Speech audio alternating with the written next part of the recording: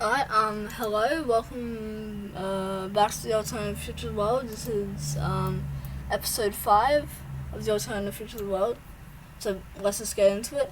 So as you can see here, I was going to finish off the ECOWAS-Niger war, but for some reason my computer decided to take away all my progress on that, so I had to redraw this map.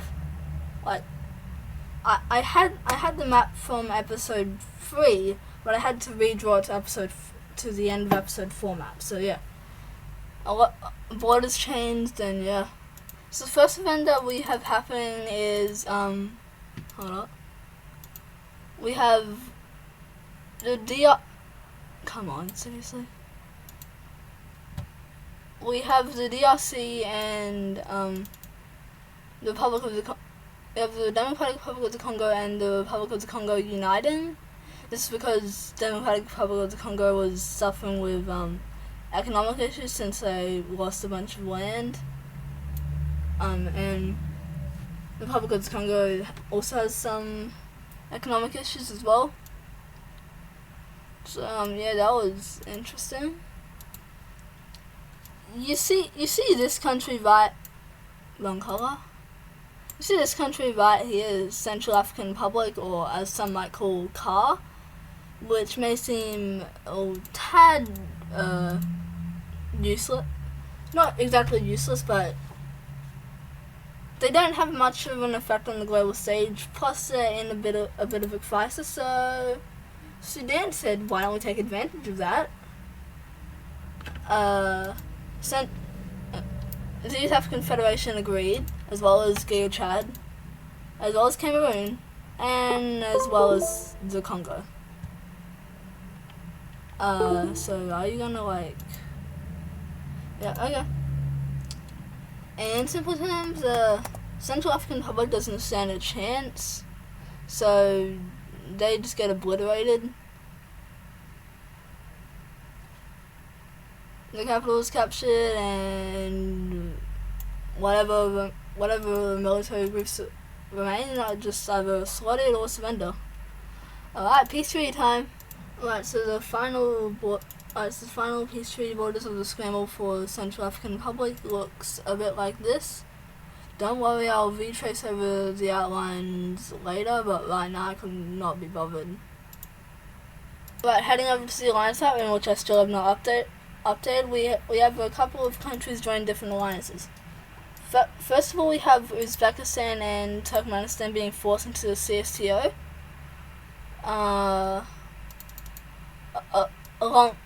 Along with in Africa, we have Zambia, Botswana, and also Zimbabwe joining NATO due to constant threats from South Africa. Now we have NATO sending something to Greenland and Iceland, saying that due to the bigger threats due to CSTO expanding and tensions in different areas rising, that they need Iceland and Greenland to form some sort of military, or they will be kicked out, or they'll be kicked out of NATO. And Iceland and Greenland basically do that, but obviously they're pretty small. Iceland only has a couple thousand, and Greenland doesn't even have up to 1,000. But it's a military, and yeah, now they have a military which recently has shrunk by a little bit. At this point, the year is 2029 or 2030. So at this point, Bougainville would have already gained independence. So yeah. I forgot to mention about the peace treaty borders over here. Mali, Burkina Faso, and Niger got the old governments put in, as well as Guinea-Bissau, I think. I'm forgetting the names of countries. I'm just dumb. Next up, we have a war breaking out in Africa where no one really knows how this war started, but but people say that it started out with Angolan and Zambian troops having a skirmish over the border, and Angola declaring war on Zambia, which in turn leads the rest of Tato to declare war on Angola in Angola's defense. But this ends up leading South Africa to join the war. Mozambique probably would due to their border dispute with South Africa, but they won't for now. Right now we won't. And then we actually have another country joining this war on no one's side. Congo. Why would the Congo join? Because of this little part of Angola which splits their coast, and they want it back immediately. So we immediately have South African troops beginning to push into Botswana, while Zimbabwe does make a small offense into South Africa but stops. Angola begins an offensive into Zambia, who begins to lead an offense here, as well as the East African Federation, and their plans are to cut off this army here. But they won't. We immediately have the Congo invading this area and begin to launch an invasion through here. But Angola launches a massive invasion from up here.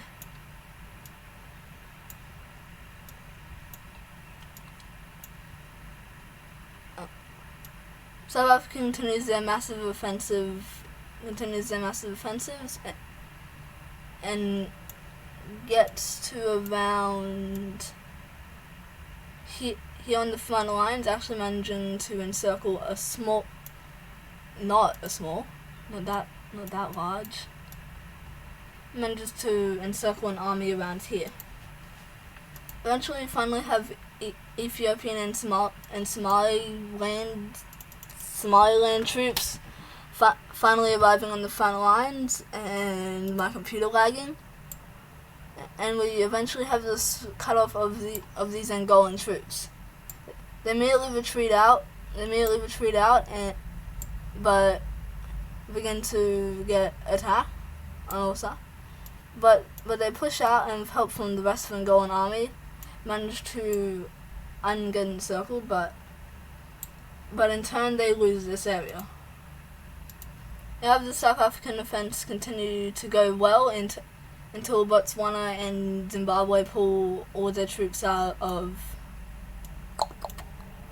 Angola, which causes Angola to push back a bit, but allows Botswana to launch a pretty major counteroffensive and Zimbabwe to launch a decent one. Angola finally gets their stuff together and begins to push out Angola. Actually completely pushes them out and begins an offensive into the north of Angola.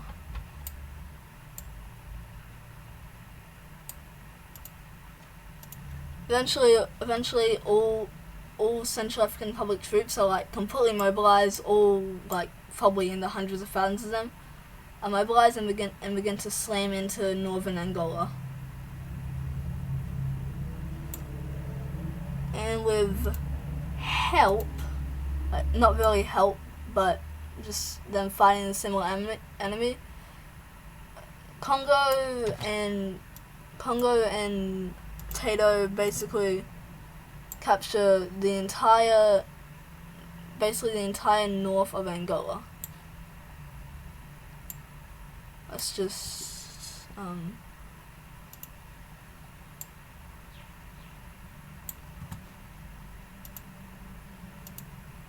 that's about it. Angola does attempt to push back, but Zambia relaunches their offensive over here, and their coast is nearly cut off, and in turn Angola eventually surrenders. recording, or yep. So I'm gonna continue off this war. I don't want to spread across 2 episodes. So now with Angola out of the war, Tato can refocus their troops on defeating South Africa, but South African Empire, kind of, or South African Union. But obviously there's strong, in real life they're the second strongest African country, and in this timeline they're still the second strongest, but really close to beating Egypt. So like both sides kind of just push around, like push at each other, then they push back, and basically just keeps on going on until eventually the war reaches a stalemate, with the front lines looking a bit like this. That looks about it. And eventually they come to a peace deal. Alright, let's go over this peace treaty. So first of all, we have Angola losing a whole bunch of land, and a new pro-Tato government is installed. Botswana and Zimbabwe lose a little bit of land, and South Africa gains quite a bit. But Zambia, Congo, and East African Federation also gain land. But in response to South Africa being able to gain land, they also have to pay some war reparations, but only about 15%, and Angola pays the other 85%. I'm sorry, Angola. I am sorry, but meh. So going back to the alliance map, now with the pro-Tato government, Angola joins, well, Tato. We also have Malawi joining Tato. Mozambique doesn't yet, but they show interest in joining. We can obviously see that Tato is becoming a pretty big power in Africa, a very formidable force, and one that you don't want to mess with, but either way, that's going to be it for Alternative Futures World Episode 5, so see you guys.